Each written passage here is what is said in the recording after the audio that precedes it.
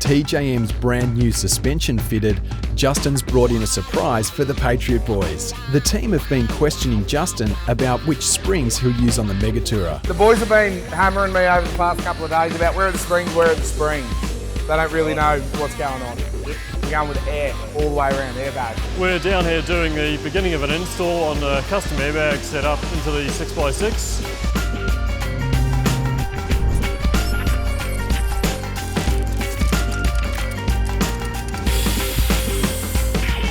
How much trouble are we going to get out of the bag? Huge trouble, yeah, more than you get out of springs, so yeah, we got plenty of movement there. Yeah, awesome. As much as we can. Yeah. What did you bring down with you? So I got a few bits, got a few bits, yeah. You bought 6, right, not 4? You did bring 6, yeah? 6, yeah, we got 6, so cool. We've got some front bags in here. 2 tanks, 1 tank? What are we doing? One big tank. Special engineered bump stops. Oh, shit, yeah. So when you jump it, that's what you're going to land on. And we will be jumping it. Awesome. Gold. Yeah. What else is in there? there? Do the job. Tire inflation things, lots of connections, fittings. Gold. All right, boys, you got some work to do. Yep. So you're just going to swan off and drink coffee now? Yeah, I'm going to the... Cool. Nick, do you want a coffee? Thanks. Appreciate it. Yeah, right, I'm off to get some coffee. Okay, see you later. I'll be back. I'll check in on you. Have fun, boys. Coffee sounds good. So we're about to test fit the airbags. Because it's never been done on the rear before and it's a custom fit out, we're just going to take the spring locator off and then have a go, see what they fit like.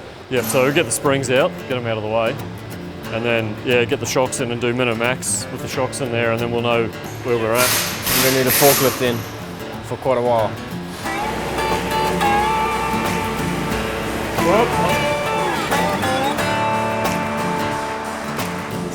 So there's no shorter bag option? Well, I mean, we can mount the bag in there, but you lose travel basically. Yeah, we've to fit the airbags in, we've got to essentially cut the spring seat out, shorten it up, and put it back in again so we've got enough height to fit the airbag in. It's a bit of a pain to have to go through this process, but we've got to do it to get it right, to get all the heights to work out where we want them. It is frustrating because we've taken put all these brand new shocks in, now we've got to pull them out again. But hey, guess what? We're doing a freaking custom car. Custom stuff, everything's got to be custom, so part of the game, that's what we do. Airbag's basically too long. The spring seat's like dropped down about that much, so we need to cut the spring seat out, move it back up and weld it back in. Otherwise we're just going to lose too much travel. It's all a custom fit though, so no one's ever done it before.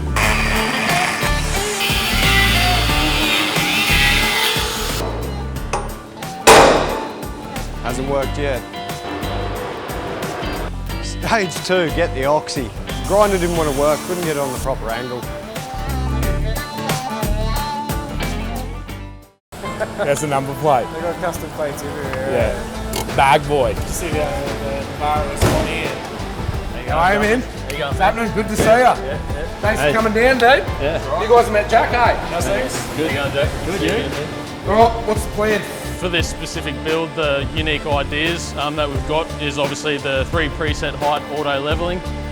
We've also got your Firestone airbags on the vehicle. You got a mixture. Well, there's a mixture of Firestone and Dunlop airbags. So you got the Dunlop on the front and Firestone on the back. The unique sort of thing about this is the 3 pre-height adjustment that we've got on there. So you got a raised height, a drive height, and a lowered height. So yeah, really good for the access side of things. Because the problem is with this, I'm not going to be able to get a high lift under it. And then, even if I do, I'm going to need 3 guys to swing off it and lift it back in the truck up, you know? Yeah, that's it. And I don't want to be carrying around a trolley jack. Your lowered height, you have to have the handbrake on. Is that what the sensor is there, is it? Yeah. Okay. So, but as soon as you release the handbrake, it goes back to your level right height. So. I was pretty sceptical about the airbags at the start, but after watching how fast the Land Rover goes up and down on 1 gallon of air, it's pretty impressive, really. I mean, Justin's not the most patient guy, and he said, when ignition comes on, I want this thing, like, up.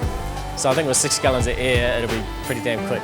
I'm just taking off a factory bump stop because I want the whole centers, and then I'm going to make a new bracket, and I've got to put much bigger bump stops in, and I've got to lower it down so that we don't bottom out the shocks and airbags.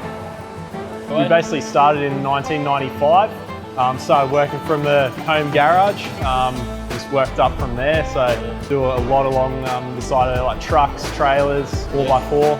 I just had a couple of ginger haired twins, so hopefully they got curly hair like mine.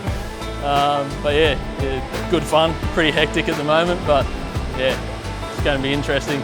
next couple of years. So yeah, you're gonna have some twins, don't you reckon? That'll be sick. Yeah. Next step is front airbags in.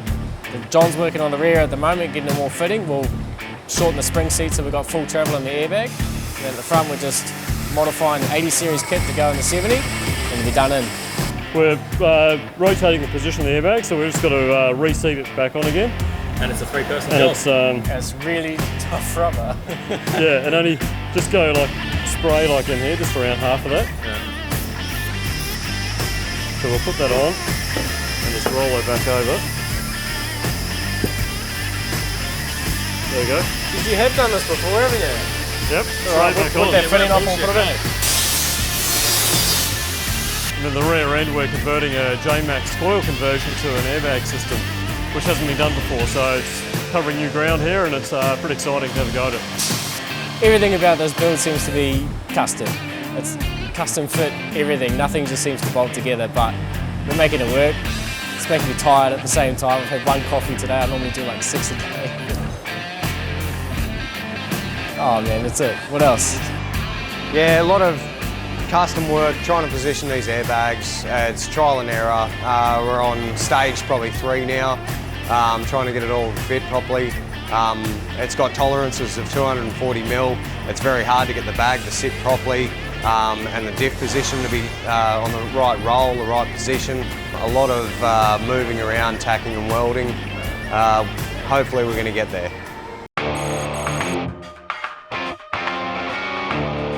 2 days fitting airbags definitely wasn't in the plan. It's just pushing it out so far. Yeah, we've got some really good gear in there. We've got a really powerful air supply on there, so we've got enough air to run the 6 bags, be able to blow tyres up. We've got twin tyre outlets on the vehicle, 1 for each side. So yeah, you've got a nice powerful air system on board there.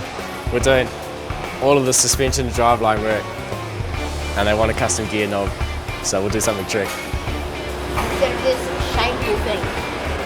These are the portals from Mark's adapters. Because we're going big 6-piston WP Pro calipers, they didn't really fit with the rear mounts. So now we're running 6 front mounts. There's some seriously nice machining in these bits.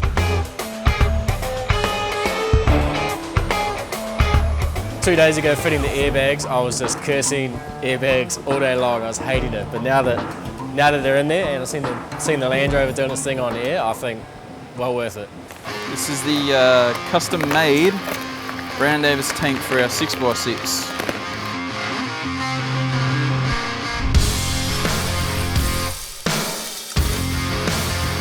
I've been working back and forth with Brown Davis really closely on these builds. Our Super Tour range has got a lot of custom tanks. We've got a really good relationship there. They send me CAD, I modify it to suit how we want it, then send it back to them and they make it within a week. It's really good.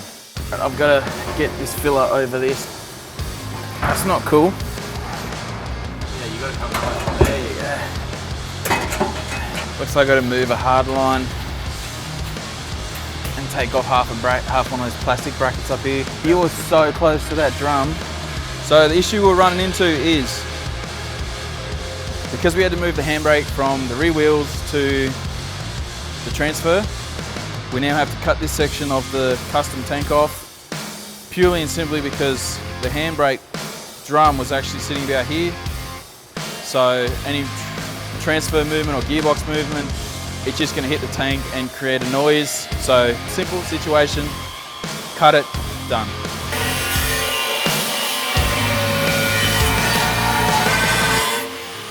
Steve's finished the modifications on the bracket at the front just because we've got a transfer handbrake on it now. Obviously because we're running portals in the rear, can't use factory handbrake anymore. So let's go fit it. The advantage of running 2 tanks is if the rear one gets a hole in us for some reason, we've got 55 back up down the side, and this one's really well protected. We're going to do a bash plate under the rear tank as well because Justin seems to break stuff really easily. The underside of the Megatourer is just about finished, with suspension, shocks, fuel tanks and portal axles all going in over a matter of days. It's time to head up to Express Metal Products, Justin's sheet metal business. The sheet metal aspect, the design, going through the whole manufacturing process and seeing it come together, that's the best part of any build. It's not something that we buy and we bolt onto the truck. It's something that sincerely comes from the heart. Sheet metal, well, that's in my blood. I'm a third generation Australian manufacturer. And that's where all of this started, where it all came from. How are you, mates? Going good, man. How are you? What's happening? It's all happening. Yeah? All happening. You got some 6-wheel drive parts for us or Yeah, what? mate, we're all ready to go. You want to come and have a look? Really? Oh, yeah. I'm John O'Horton, General Manager of Express Metal Products. The processes we use here at Express Metal Products are flatbed laser cutting and bending of sheet metal components. Now we have the technology with Express Metal Products that we control the whole process. We know with our design now, something's going to work prior with all of the software that we use. And that's where Jack comes into it. That's it, man. That's where it's at. Yes. Now when you put Jack and I together and sheet metal's involved, we'll come up with something you've never seen before. We are the innovators. And sheet metal design will always be at the heart of Patriot Games.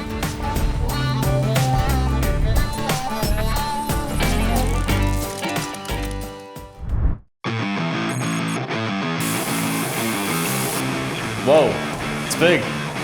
It is, isn't it? It's real big. Very big. It's gone together all right. Yep, it has. Everything's going pretty good. Looks sweet. Just about to start welding. Nice and flush everywhere. Do you want a hand? Hey? Do you want a hand? Yeah, I will actually.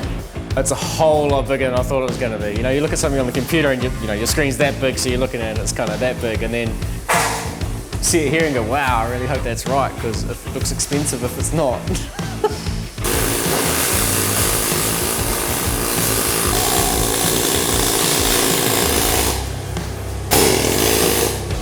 Do you back the power off right at the end there, do you? Yeah. You go cold. So that's your two-stage trigger? Yeah, four step. Oh, see, flasher. Pretty good. Well, we try and make everything perfect, as we do here, but yeah, being Justin's, we don't want to leave anything out. I'm just fitting out these new fancy boxes that Jack designed. They have a nice tape area so we can forward drive and not smash the boxes. If everything goes right, I don't have to drill any extra holes. All the holes line up. Crazy. The taper improves departure angle and it just looks cool. No one needs boxy boxes anymore. All right, this is where you have to use your imagination. Imagine a tray, guards, the toolbox is going to sit roughly about there. The tricky part is fitting 37s, but we'll figure that one out. So I definitely just scared the absolute daylights out of all the boys. I come out here, I had a quick look at the tray. To me, it was just too long. It looked completely out of proportion. That's where the back of your tray is, right there. Yeah. Pretty much in line with that. So we done a quick mock-up. We put the wheels underneath it. We put some of the other body panels on there. You know what? Jack's nailed it. As usual, I know I gave him a fright. Jack looks like he's seriously about to cry. Look, there's going to be a tear like rolling down his eye in a minute, and he knows he's not going to leave here for the next week.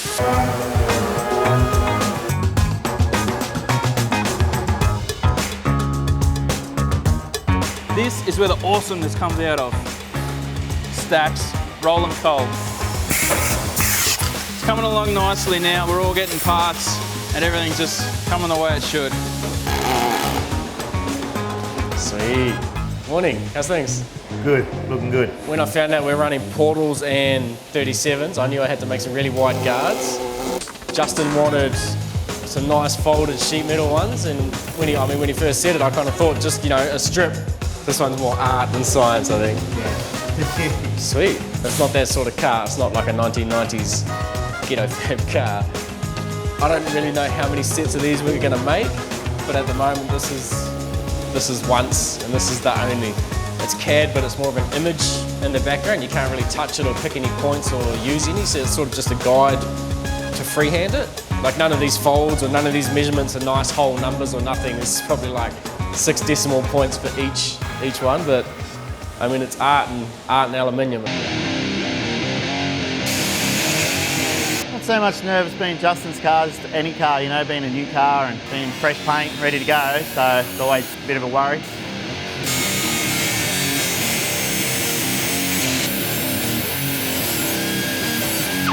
Since we've got the tray on the car, you can see how big this sucker is. Finally the tray's on. I mean, we can fit the water tank, the guards, the toolboxes, the rear drawer. No, who?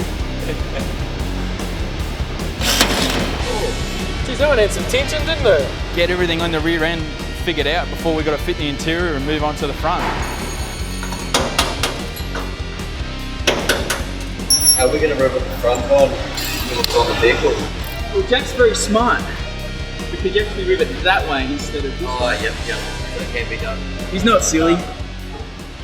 Yeah.